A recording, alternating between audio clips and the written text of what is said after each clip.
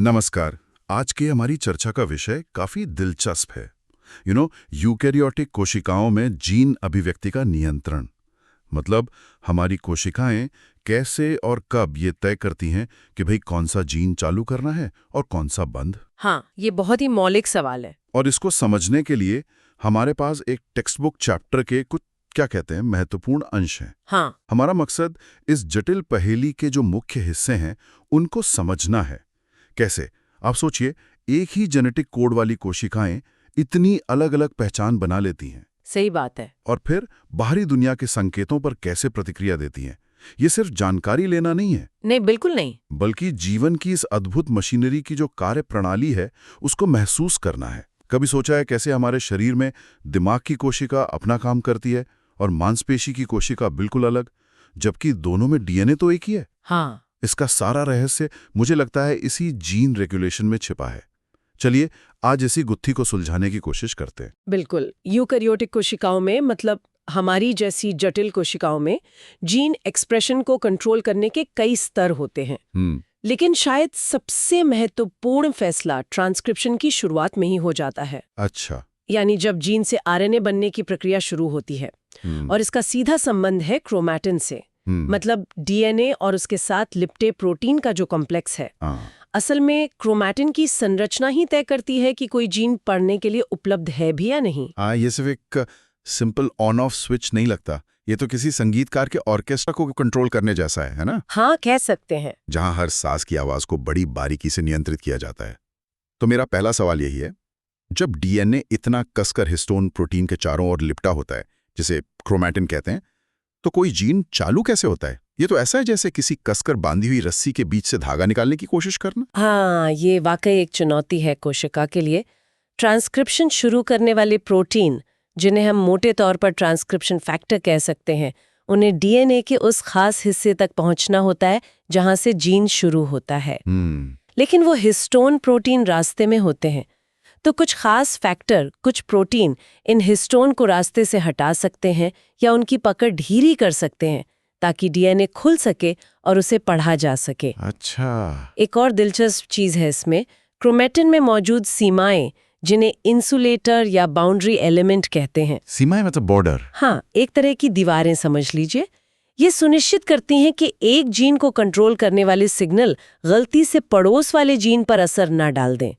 ये रेगुलेशन को सही दायरे में रखती हैं। और वो निषेचन वाला उदाहरण भी तो है ना, जब शुक्राणु अंडे से मिलता है। हाँ, बिल्कुल। शुक्राणु में डीएनए बहुत कसकर पैक होता है सुरक्षित रखने के लिए। हाँ, बहुत कंडेंस्ड। लेकिन निषेचन के बाद उस पैकिंग को खोलना पड़ता है, जीनों को दोबारा सक्रिय करना पड़ता है। बिल्कुल। रीप्रोग्राम करना पड़ता है ताकि नए जीवन का विकास शुरू हो सके। ये दिखाता है कि क्रोमैटिन की ये पैकिंग कितनी गतिशील है, बदलती रहती है। बिल्कुल स्टैटिक नहीं है।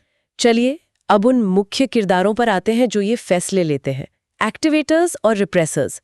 नाम से तो इनके काम का अंदाजा लगता है। हाँ, लेकिन ये करते क्या है असल में? तो एक्टिवेटर वो प्रोटीन है जो किसी जीन के ट्रांसक्रिप्शन की रफ्तार बढ़ाते हैं, मतलब उसे ज्यादा सक्रिय करते हैं। ये या तो सीधे ट्रांसक्रिप्शन शुरू करने वाली जो मूल मशीनरी है, बेसल एपैरेटस, उससे जुड़ते हैं, या फिर को-एक्टिवेटर नाम के सहायक प्रोटीन के जरिए काम करते हैं। सहायक प्रोटीन? हाँ, जो एक पुल की तरह एक्टिवेटर और मशीनरी को जोड़ते हैं। अच्छा। और देखिए कोशिका कितनी चालाक है, वो एक्टिवेटर की गतिविधि को कई तरीकों से कंट्रोल कर सकती है। कैसे? वो तय कर सकती है कि एक्टिवेटर कितना बने, या फिर वो उस पर कोई रासायनिक निशान लगा सकती है, जैसे फॉस्फेट जोड़ना। अच्छा, फॉस्फोराइलेशन। हाँ, जिससे वो एक्टिवेटर चालू या बंद हो जाए, या फिर कोई छोटा अणु जैसे कोई हार्मोन उसे जुड़कर उसे सक्रिय कर सकता है, या उसे कोशिका में किसी खास जगह भेजकर या रोककर कंट्रोल किया जा सकता है। अरे वाह! ये सब मिलकर बहुत बारीक नियंत्रण संभव बनाते हैं, एक वॉल्यूम नॉब की तरह, न कि सिर्फ ऑन ऑफ स्विच। सही कहा। दूसरी तरफ है रिप्रेसर। इनका काम ठीक उल्टा है, ट्रांसक्रिप्शन को धीमा करना या बंद करना। हाँ। ये भी कई तरीकों से काम करते हैं। कुछ तो एक्टिवेटर को डीएनए पर जुड़ने ही नहीं देते, रोक देते हैं। हाँ, ब्लॉक कर देते हैं।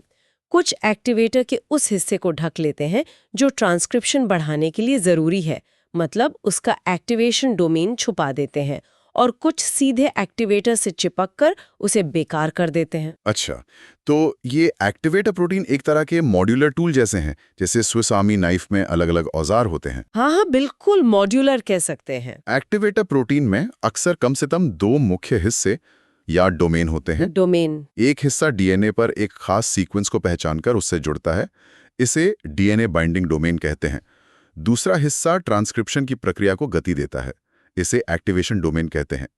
तो डीएनए बाइंडिंग डोमेन का मुख्य काम बस इतना है कि वो एक्टिवेशन डोमेन को सही जीन के पास यानी प्रमोटर के नजदीक ले आए, सही जगह पर पहुंचाना। बिल्कुल। और यहाँ एक और कमाल की बात है। क्या? डीएनए के वो हिस्से जिन पर एक्टिवेटर जुड़ते हैं, जिन्हें एनहांसर कहते हैं, वो जीन से बहुत दूर हो सकते हैं। दूर? कितना दूर? हजारों अक्षर दूर।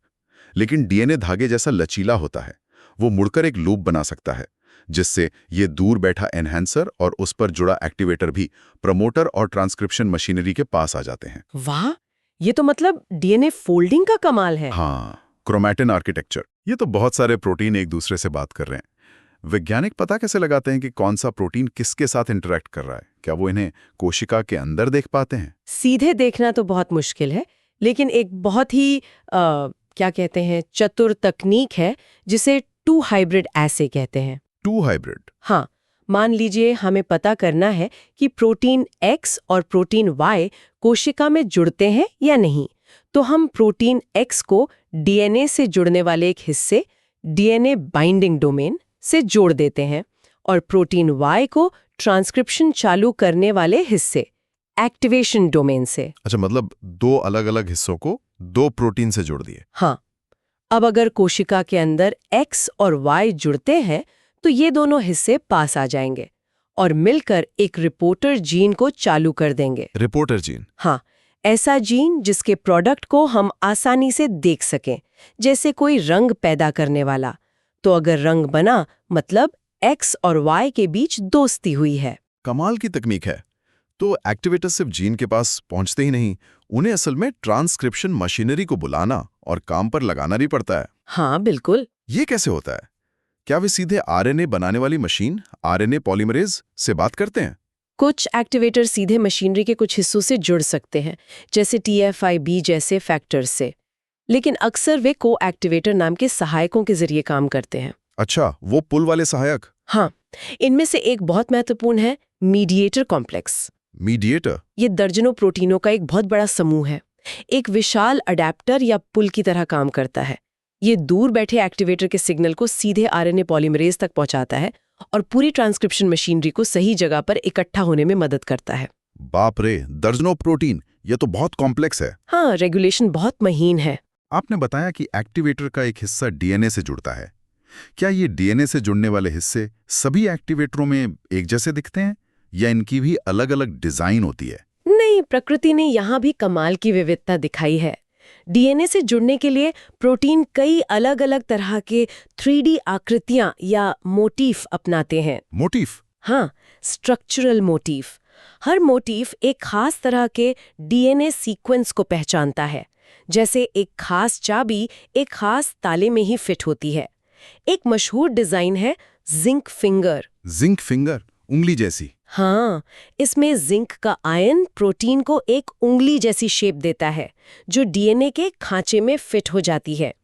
हमारे शरीर में स्टेरॉयड हार्मोन जैसे एस्ट्रोजन, टेस्टोस्टेरोन, इनके रिसेप्टर इसी तरह के होते हैं। अच्छा। एक और आम डिजाइन है हेलिक्स टर्न हेलिक्स। ये भ्रूण के विकास को कंट्रोल करने वाले कई प्रोटीनों में पाया जाता है। होम्योडोमेन प्रोटीन कहते हैं उन्हें। कुछ प्रोटीन ल्यूसीन जिपर की तरह जोड़े बनाते हैं। जिपर जैसे कपड़ों में होती हैं? कुछ वैसा ही। 2 प्रोटीन चेन एक दूसरे से लिपटकर डीएनए को पकड़ती हैं। BZIP भी कहते हैं। फिर हेलिक्स, लूप हेलिक्स भी है। ये भी अक्सर जोड़े बनाकर डीएनए से जुड़ते हैं। तो बहुत तरह की डिजाइनें हैं। हाँ, और ये अलग-अलग डिजाइन ही सुनिश्चित करते हैं कि सही एक्टिवेटर सही जीन तक पहुंचे। हम फिर से क्रोमैटिन की उस बाधा पर आते हैं। एक्टिवेटर ने अपनी जगह पहचान ली, लेकिन अगर वहां डीएनए हिस्टोन में कसकर लिपटा है, हाँ, वो बाधा तो है ही। तो एक्टिवेटर या ट्रांसक्रिप्शन मशीनरी काम कैसे करेगी? यहीं पर क्रोमैटिन रीमॉडलिंग का रोल आता है। सही कहा? हाँ, बिल्कुल। क्रोमैटिन रीमॉडलिंग एक बहुत जरूरी प्रक्रिया है। इसके लिए खास प्रोटीन मशीनें होती हैं जिन्हें क्रोमैटिन रीमॉडलिंग कॉम्प्लेक्स कहते हैं। मशीनें? हाँ, मल्टी प्रोटीन मशीनें। ये कोशिका की ऊर्जा एटीपी का इस्तेमाल करके न्यूक्लियोसोम के साथ, मतलब हिस्टोन और लिप्टेड डीएनए की इकाई के साथ खेलते हैं। ये न्यूक्लियोसोम को डीएनए पर आगे पीछे खिसका सकते हैं। खिसका सकते हैं? हाँ, या हिस्टोन की पकड़ ढीली कर सकते हैं, या पूरे न्यूक्लियोसोम को रास्ते से हटा सकते हैं, या फिर उसमें मौजूद हिस्टोन को बदल भी सकते हैं, जैसे एक हिस्टोन H2A की जगह दूसरा H2AZ डाल दिया। बाप रे। इन सब बदलावों का नतीजा ये होता है कि डीएनए खुल जाता है और ट्रांसक्रिप्शन मशीनरी के लिए सुलभ हो जाता है। मतलब रास्ता साफ हो जाता है। हाँ, बिल्कुल। ऐसी कई अलग-अलग रीमॉडलिंग मशीनें होती हैं, जैसे SWSNF परिवार की मशीनें, ISW, CHD, INO80SWR परिवार। इनके थोड़े अलग-अलग काम हो सकते हैं, लेकिन मूल उद्देश्य क्रोमैटिन को जरूरत के हिसाब से बदलना ही है। पर इन रीमॉडलिंग मशीनों को कैसे पता चलता है कि डीएनए में कहाँ जाकर ये बदलाव करने हैं? क्या ये खुद ही ढूंढ लेती हैं? आमतौर पर नहीं, इन्हें भी अक्सर एक्टिवेटर या रिप्रेसर ही सही जगह पर भर्ती करके लाते हैं। अच्छा, तो एक्टिवेटर इन्हें बुलाता है? हाँ, एक्टिवेटर पहले अपने ठिकाने, जैसे एनहांसर, पर जुड़ता है और फिर वो रीमॉडलिंग कॉम्प्लेक्स को बुलाता है। रीमॉडलिंग कॉम्प्लेक्स फिर प्रमोटर के आसपास के न्यूक्लियोसोम्स को हटाता या खिसकाता है ताकि ट्रांसक्रिप्शन मशीनरी अपना काम शुरू कर सके। इसका कोई उदाहरण है? हाँ, यीस्ट मतलब खमीर में PHO5 जीन इसका एक क्लासिक उदाहरण है। उसे चालू करने के लिए उसके प्रमोटर पर बैठे न्यूक्लियोसोम को हटाना ही पड़ता है। अच्छा। और MMTV प्रमोटर का उदाहरण भी है जो दिखाता है कि कैसे न्यूक्लियोसोम की स्थिति बदलने से ही एक्टिवेटर जुड़ पाता है। तो एक तरीका हुआ न्यूक्लियोसोम को हिलाना डुलाना, लेकिन मैंने सुना है कि हिस्टोन प्रोटीन पर सीधे कुछ रासायनिक निशान, केमिकल मार्क्स भी लगाए जा सकते हैं। हाँ, जैसे एसिटाइलेशन। हाँ। ये क्या बला है? ये रेगुलेशन का एक और महत्वपूर्ण पहलू है। हिस्टोन प्रोटीन की पूंछें होती हैं, टेल्स, जो न्यूक्लियोसोम से बाहर निकली रहती हैं। पूंछें? हाँ। इन पूंछों पर मौजूद लाइसीन अमीनो एसिड पर एक छोटा सा केमिकल ग्रुप, एसिटाइल ग्रुप, जोड़ा जा सकता है। हाँ। ये काम करने वाले एंजाइम कहलाते हैं HATS, histone acetyl transferase. Hats. हाँ, HATS। अब लाइसीन पर पॉजिटिव चार्ज होता है जो नेगेटिव चार्ज वाले डीएनए को कसकर पकड़ने में मदद करता है। एसिटाइल ग्रुप जोड़ने से ये पॉजिटिव चार्ज कम हो जाता है, न्यूट्रलाइज हो जाता है थोड़ा। अच्छा। नतीजा, हिस्टोन की डीएनए पर पकड़ ढीली हो जाती है, क्रोमैटिन थोड़ा खुल जाता है और ट्रांसक्रिप्शन आसान हो जाता है। तो HATS क्रोमैटिन को ढीला करते हैं? हाँ, सोचिए, HATS क्रोमैटिन को ढीला करने वाले मैकेनिक हैं। हाँ। और इसका उल्टा करने वाले एंजाइम भी हैं, HDAX। हाँ, हिस्टोन डीएसिटाइलेज ये एसिटाइल ग्रुप को हटा देते हैं, जिससे हिस्टोन फिर से डीएनए को कसकर पकड़ लेते हैं और ट्रांसक्रिप्शन मुश्किल हो जाता है। ये क्रोमैटिन को कसने वाले मैकेनिक हैं। अच्छा, एक ढीला करता है, एक कसता है। बिल्कुल। अक्सर जीन को चालू करने वाले जो कोएक्टिवेटर कॉम्प्लेक्स होते हैं, उनमें HATS पाए जाते हैं, और जीन को बंद करने वाले को-रिप्रेसर कॉम्प्लेक्स में HDACS होते हैं, और इन्हें भी एक्टिवेटर या रिप्रेसर ही सही जगह लाते हैं। मतलब सब कुछ जुड़ा हुआ है। हाँ। एसिटाइलेशन के अलावा मिथाइलेशन भी होता है, क्या वो भी ऐसी काम करता है, चार्ज बदलकर? मेथाइलेशन भी बहुत महत्वपूर्ण है, लेकिन वो चार्ज नहीं बदलता। अच्छा, फिर?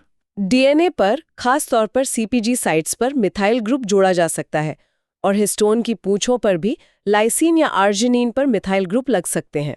अब यहाँ कहानी थोड़ी और पेचीदा है। कैसे? डीएनए मेथाइलेशन और हिस्टोन में कुछ खास जगहों पर मिथाइलेशन, जैसे हिस्टोन H3 के 90 या 27वें लाइसीन पर, ये अक्सर जीन को बंद करने से जुड़े होते हैं, साइलेंसिंग। ठीक है। लेकिन हिस्टोन H3 की ही एक और जगह, चौथे लाइसीन पर मिथाइलेशन अक्सर जीन चालू होने का संकेत होता है, एक्टिवेशन। बाप रे। तो ये सिर्फ निशान लगाना नहीं है, ये भी देखना पड़ता है कि निशान कहाँ लगाएं। एक ही निशान का मतलब अलग अलग हो सकता है। बिल्कुल, यही तो बात है। ये सब मिलकर एक तरह का हिस्टोन कोड बनाते हैं। Histone code? हाँ, यानी हिस्टोन पर लगे अलग अलग निशानों, एसिटाइल, मिथाइल और भी होते हैं फॉस्फेट वगैरह, इनका जो पैटर्न है वो कोशिका को बताता है कि उस इलाके के जीन के साथ क्या करना है, उसे पढ़ना है या शांत रखना है। और ये सारे बदलाव, रीमॉडलिंग, एसिटाइलेशन, मेथाइलेशन, अक्सर एक दूसरे से जुड़े होते हैं और मिलकर काम करते हैं। सक्रिय जीन वाले इलाके में इन निशानों का पैटर्न निष्क्रिय जीन वाले इलाके से अलग होता है। समझ गया। एक और सुना है फॉस्फोराइलेशन। क्या इसका भी ट्रांसक्रिप्शन में रोल है? हिस्टोन पर फॉस्फेट ग्रुप जोड़ना यानी फॉस्फोराइलेशन भी एक अहम निशान है। इसका मुख्य रोल वैसे तो कोशिका विभाजन और डीएनए की मरम्मत में ज्यादा स्टडी हुआ है, लेकिन ट्रांसक्रिप्शन में भी इसका योगदान है। जैसे हिस्टोन H3 पर एक खास जगह 10वें सीरीन पर फॉस्फेट लगना अक्सर जीन एक्टिवेशन से जुड़ा होता है और ये एसिटाइलेशन जैसे दूसरे निशानों के साथ मिलकर काम कर सकता है। ये तो वाकई किसी जटिल मशीनरी के पुर्जों जैसा लग रहा है। एक्टिवेटर, रिप्रेसर, को एक्टिवेटर, रीमॉडलर, HATS, HDCS, अलग अलग निशान। क्या कोई ऐसा उदाहरण है जहां हम सबको एक साथ काम करते हुए देख सकें? मतलब किसी असली जीन के रेगुलेशन में? बिल्कुल। यीस्ट यानी खमीर में गैल जीनों का रेगुलेशन एक क्लासिक उदाहरण है जिसे वैज्ञानिक बहुत अच्छे से समझ पाए हैं। अच्छा, यीस्ट वाला। हाँ, ये जीन यीस्ट को गैलेक्टोज नाम की शुगर पचाने में मदद करते हैं। यीस्ट वैसे तो ग्लूकोज पसंद करता है ना? हाँ, वो आसान है उसके लिए। लेकिन अगर ग्लूकोज ना हो और गैलेक्टोज मिले तो उसे ये GAL जीन चालू करने पड़ते हैं। यहाँ मुख्य खिलाड़ी है GAL4 नाम का एक्टिवेटर। ये इन जीनों के पास डीएनए पर जुड़ता है। ठीक है, GAL4 एक्टिवेटर है। लेकिन सामान्य तौर पर GAL80 नाम का रिप्रेसर उसे पकड़ कर रखता है, उसे काम नहीं करने देता। अच्छा, तो GAL80 रिप्रेसर है। हाँ, अब जब गैलेक्टोज कोशिका में आता है तो वो GAL3 नाम के सेंसर को जगाता है। जागा हुआ GAL3 वो रिप्रेसर GAL80 को GAL4 से हटा देता है। मतलब गैलेक्टोज आने पर रिप्रेसर हट जाता है? हाँ, GAL3 की मदद से। अब GAL4 आजाद है। वो सागा जैसे को एक्टिवेटर कॉम्प्लेक्स को बुलाता है। सागा? हाँ, एक बड़ा को एक्टिवेटर कॉम्प्लेक्स। इसमें HAT एक्टिविटी होती है। अच्छा, मतलब वो हिस्टोन को एसिटाइलेट करके क्रोमेटिन ढीला करता है। बिल्कुल। साथ ही वो SWISNF जैसे क्रोमेटिन रीमॉडलर को भी लाता है ताकि न्यूक्लियोसोम हट जाएं और ट्रांसक्रिप्शन मशीनरी आकर जीन को पढ़ सके। तो सब एक साथ काम कर रहे हैं, सेंसर, रिप्रेसर, एक्टिवेटर, को एक्टिवेटर, रीमॉडलर। हाँ, पूरी टीम। और कहानी यही खत्म नहीं होती। अच्छा, और क्या है? अगर ग्लूकोज जो यीस्ट का पसंदीदा खाना है वो मौजूद है तो एक अलग सिस्टम काम करता है जिसे कैटाबोलाइट रेप्रेशन कहते हैं। इसमें MAIG1 नाम का एक और रिप्रेशर आता है और इन गैल जीनों को बंद कर देता है, भले ही गैलेक्टोज क्यों ना हो। मतलब ग्लूकोज है तो गैलेक्टोज वाले जीन बंद? हाँ, ये सुनिश्चित करता है कि यीस्ट अपनी ऊर्जा सबसे अच्छे भोजन पर ही खर्च करे। वाह! तो इस पूरी चर्चा से ये साफ है कि कोशिकाओं में जीन का नियंत्रण कोई आसान काम नहीं है। ये एक बहुस्तरीय, अविश्वसनीय रूप से जटिल सिस्टम है। हाँ, बहुत इंट्रिकेट। इसमें डीएनए की पैकिंग है, क्रोमेटिन, फिर खास प्रोटीन है, एक्टिवेटर, रिप्रेसर, उनके सहायक को एक्टिवेटर, बिल्कुल, और फिर हिस्टोन पर लगने वाले अनगिनत रासायनिक निशान, एसिटाइलेशन, मेथाइलेशन, फॉस्फोराइलेशन, ये सब एक साथ एक ऑर्केस्ट्रा की तरह बड़ी सटीकता से काम करते हैं। बिल्कुल सही कहा आपने। और यही जटिलता कोशिकाओं को उनकी खास पहचान देती है, जैसे न्यूरॉन बनना या मांसपेशी कोशिका बनना। और यही जटिलता उन्हें बाहरी माहौल के बदलावों के प्रति प्रतिक्रिया देने और खुद को ढालने की क्षमता भी देती है। ये जीवन की विविधता और अनुकूलन का आधार है। ये सब जानने के बाद दिमाग में एक सवाल घूम रहा है। अगर ये जीन रेगुलेशन का नेटवर्क इतना पेचीदा है और इतने नाजुक संतुलन पर टिका है, हाँ, तो इसमें जरा सी गड़बड़ी, कोई गलत प्रोटीन बन गया या कोई गलत निशान लग गया, ये कितनी आसानी से बीमारियों को जन्म दे सकता है। बिल्कुल दे सकता है। खासकर कैंसर जैसी बीमारियां जहां कोशिकाएं अपना नियंत्रण खो देती हैं, क्या वो अक्सर इस रेगुलेशन सिस्टम में आई खराबी का नतीजा होती हैं? हाँ, कई सारे कैंसर्स में इन रेगुलेटरी पाथवेज में गड़बड़ियां पाई जाती हैं। एक्टिवेटर्स ज्यादा काम करने लगते हैं या रिप्रेसर काम करना बंद कर देते हैं। और एक और बात, क्या हमारा खान पान, हमारी जीवन शैली, हमारे आसपास का वातावरण, क्या ये सब भी इन सूक्ष्म आणविक संतुलनों को प्रभावित कर सकते हैं? ये एक बहुत बड़ा रिसर्च का एरिया है, एपिजेनेटिक्स जिसे कहते हैं, कि कैसे बाहरी फैक्टर्स इन हिस्टोन कोड या डीएनए मेथाइलेशन को बदल सकते हैं। इसका असर हमारी सेहत पर पड़ सकता है। इस पर सोचना वाकई जरूरी है। इस ज्ञानवर्धक सफर में हमारे साथ रहने के लिए धन्यवाद। धन्यवाद।